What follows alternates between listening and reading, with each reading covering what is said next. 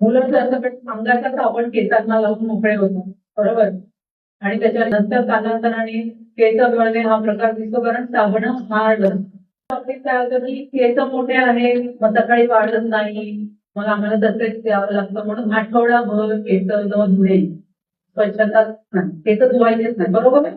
होतं ना असं की आईला वेळ नाहीये, मला वेळ नाहीये, घाम केसामध्ये साचतो आणि मग खाज येते.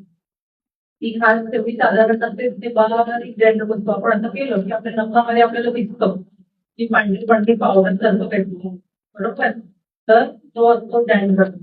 त्याच्यामुळे रोज केस धुणे आवश्यक आहे. तुम्ही ज्यांची केस मोठ्या आहेत त्यांनी 1 दिवसाआड तर केस धुणं आवश्यक आहे.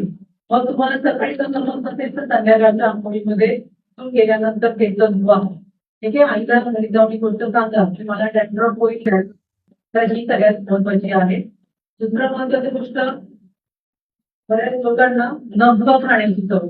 वर्गात बसले काही स्ट्रेस असतो नसतो, टीव्ही बघतात किंवा काही असतो, घरात असो शाळेत असो, नखं बोटं खाण्याची सवय. तर काय सांगितलं जातं की ते किटाणू कशा पद्धतीने दिसतात. मी मायक्रोस्कोप बघितलाय तुमच्याकडे ह्याच्यामध्ये, त्याच्यामध्ये बघू शकता तर असते ते त्यांना घेऊन बसा आणि नंतर ती घात मायक्रोस्कोप लागली टाकून बघा, म्हणजे तुम्हाला फिरत असलेले दिसतील.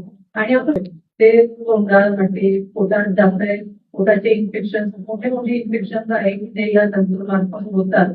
त्याच्यामुळे माझी नखं उघडण्याची सवय बंद करा. इन्फेक्शन जे नेलपेंट जे बनतं हे कायमचं फंगल इन्फेक्शन नखांना होतं यामुळे. त्याच्यामुळे हे दिसणं आणि वरून पोटात जाऊन पोटाचे आजार होणे ही वेगवेगळी गोष्ट. तर नखं तोंडात बोटं ही सवय अजूनही कोणाला असेल, तुम्ही मोठ्या माध्यमिक वर्गाचे आहात, त्याच्यामुळे कमी झालीच पाहिजे होती, पण मला दिसतंय ते बऱ्यापैकी लोकांना आहे, तर ती सवय आधी घालवा.